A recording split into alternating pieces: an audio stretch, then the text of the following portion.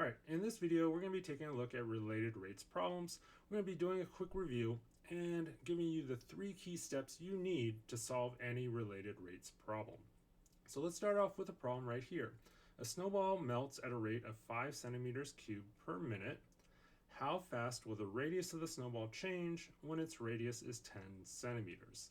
Now, our very first key step is going to be to locate all the rates of change.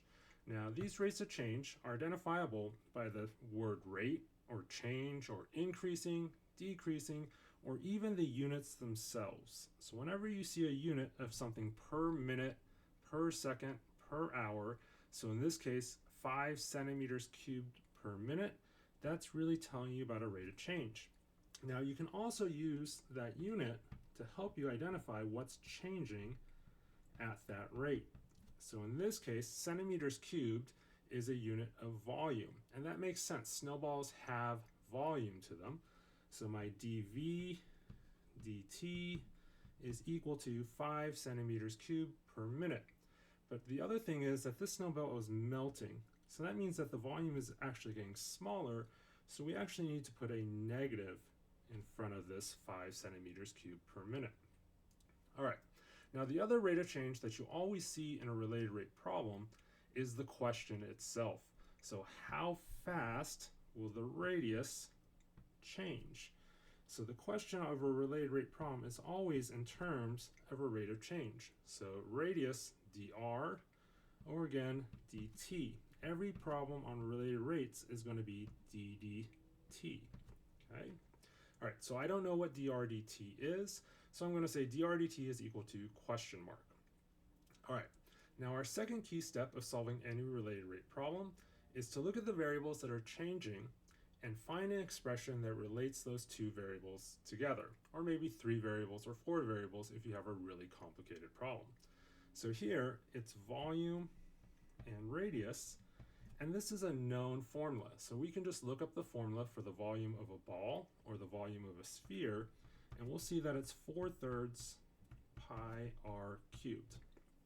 All right, so that's our second key step, is to just put the variables that are changing in an expression that relates them together. Okay. Now, the third key step is to take the derivative of this expression with respect to time.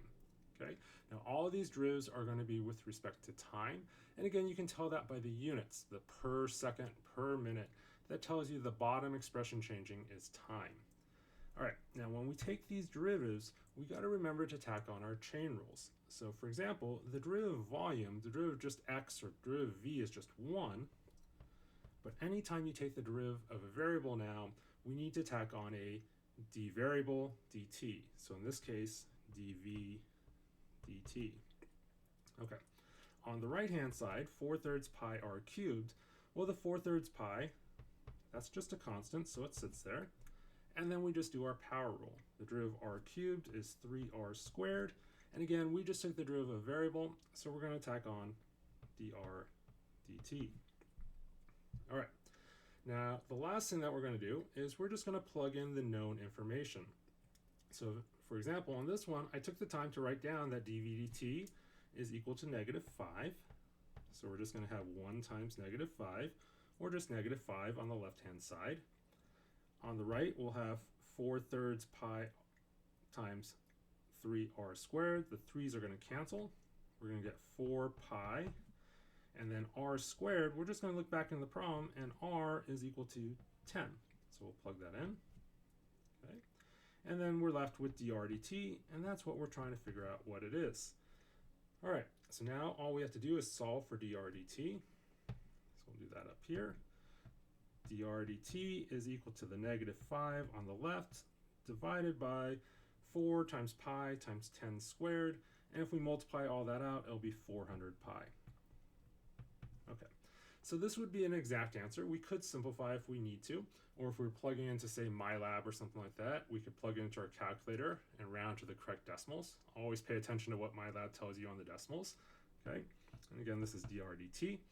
And the last thing is the units. Well, we can just look at our derivative to tell you what the units are. So dr is a unit of radius, which is centimeters, And dt on this problem is a unit of time, so that's per minute. Okay, so our final answer is -5/400 pi centimeters per minute. Now, why the negative? Well, if the snowball is melting, then it'll be getting smaller, so the radius should be decreasing. All right, before we move on to another related rate problem, let's take a look at the 3 key steps in solving these types of problems. And we'll take a couple notes along the way. So step number 1 is to identify rates of change and express as derivatives. So if you're reading the problem and it says the radius is changing at a certain rate, we would want to write that down as a dr, and all the derivatives in this section are with respect to t, so something like dr dt. Now the other thing to remember is that the units themselves can kind of give away what is changing. So for example, if I see a unit, say 5 feet squared per second, okay, again the per second is a dt, so that goes on the bottom, and feet squared, that's a unit of area. So this might be telling me that the area is changing with respect to time.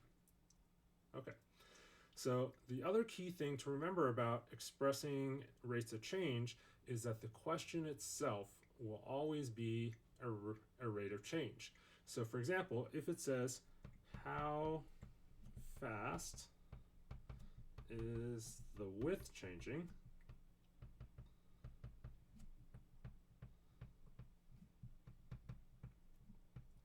Okay, then that is a rate of change. That is a width, so dw maybe for width. And again, everything is respect to time. So dw, dt, and again, that's the question that's being asked, say in this problem. Okay, so that is step number 1, to identify all the rates of change in the problem and express them as derivatives with respect to time. All right, step number 2 on solving a related rate problem is to find an expression relating to the variables which are changing. Okay, so if the problem is telling you how fast the radius is changing and wants to know how fast, say, the area is changing, say of a circle, then we would just want to find the area of a circle formula and say a is equal to pi r squared. Okay, now sometimes it's as simple as that, but step number 2 is really where a lot of the difficulty in related rate problems can come in, because a lot of times you're going to need to use substitution to get the expression down to just the variables that are changing. And I'll have some videos about that in the future. Okay?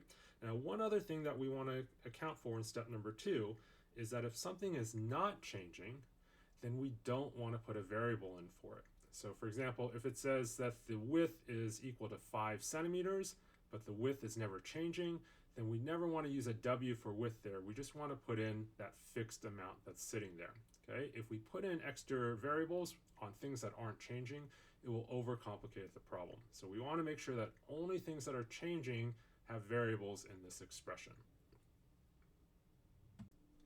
All right, and our final key step on solving any related rate problem is to take the derivative of your formula with respect to t and fill in the known information.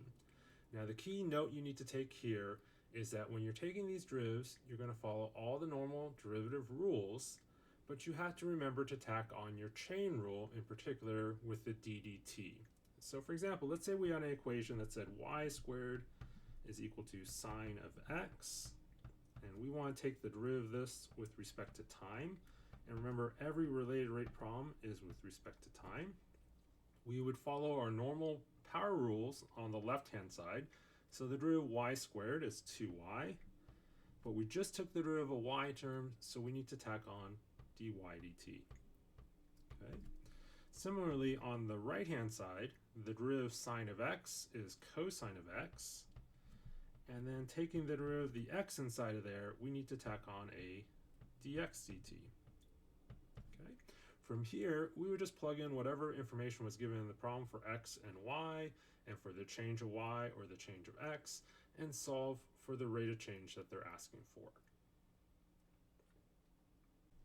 All right, let's take a look at another related rate problem, a little bit harder than our first problem with the snowball. Now, of course, at any point you feel like it, you can pause the video and try the problem yourself, and then unpause it when you're ready to see the solution. All right, so let's start off by reading this problem. A rectangular box has a fixed height of 2 feet, while the length of the box is increasing at a rate of 3 feet per second, and the width of the box is decreasing at a rate of 1 foot per second. How fast is the volume of the box changing when the length is 10 feet and the width is 5 feet? So again, the very first thing I want to do is locate any rates of change in the problem. And again, these are identifiable by the units. The 3 feet per second is the length increasing. So I could write that down as dl dt, and again, all of our derivatives are with respect to time, is equal to 3 feet per second. Okay. On the other hand, the width is decreasing at a rate of 1 feet per second. So I might write that as dw dt, the change in the width per time, is equal to 1 feet per second. But because it's decreasing or getting smaller, I need to use a negative on that unit. All right, and then the last thing is that any of the questions is always a rate of change. So how fast is the volume changing? So we would want to write that as dv dt is equal to question mark. All right, so now our goal is to find a formula which relates these variables together: volume, length, and width of a box. Well, a box has a formula. Volume is equal to length times width times height. Okay. Now, when you're finding this expression, if something is not changing, we want to make sure that we don't put in a variable for it. So in this problem, the height isn't changing. It says it has a fixed height of 2 feet. So I want to substitute into this formula 2 for h. So I'll get volume is equal to length times width times 2, or volume is equal to 2lw. All right, so this is an expression that just relates together the variables which are changing in this problem. All right, so now our last key step is to take the derivative of this with respect to time. And we want to follow all of our normal derivative rules when we do this. We just need to tack on our chain rules whenever we take the derivative of a variable. So on the left, it's pretty easy. It's very similar to the snowball problem. It's just dv dt. Okay. On the right, we have 2l times w. So I said times there because that implies that we need to use the product rule.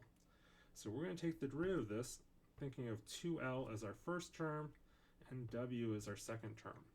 So the product rule says take the derivative of the first term, so 2l would be 2, and then the derivative l is dl dt, and then leave your other variable alone, so just w. Okay.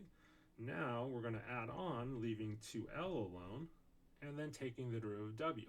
And now again, you might say the derivative of w is just 1, but we need to remember to tack on dw dt. Okay. All right, so now we're just going to solve for what it's asking for, dv dt, by plugging in all the known information. So for example, we got 2 dl dt was given as 3 feet per second. Okay. The width, I can go back into the problem. Where's the width? The width is 5 feet. So 5n for w. Then 2l, the length of this box is 10 feet, so I'm going to plug in 10 for L.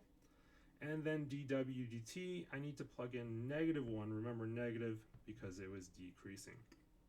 All right, from here, we just need to do this arithmetic. So dv dt is equal to, we have 2 times 3 times 5, that's 30. Okay, and then 2 times 10 times -1 is -20. So in total, 30 minus 20, or 10. Okay, and then the units on this is the unit of volume in terms of feet would be feet cubed. Okay, and a unit of time in this problem is per second. Okay, so again, you'll notice that we went through those 3 key steps. The first thing we did was we identified our rates of change in the problem. And again, we can use our units to help us do that. And again, the question itself is a rate of change. The next thing is we found an expression that related the variables that were changing, and we made sure to plug in that fixed height of 2, okay, so that we were only getting an expression in terms of the variables that were changing in the problem. The last thing that we remember to do is to take the derivative with respect to t and always tack on that chain rule, those dv dt's, dl dt's, dw dt's. And that's it. All we have to do from there is plug in our given information and solve out our arithmetic. All right, as always, thank you for watching, and if you like this video, please like and subscribe.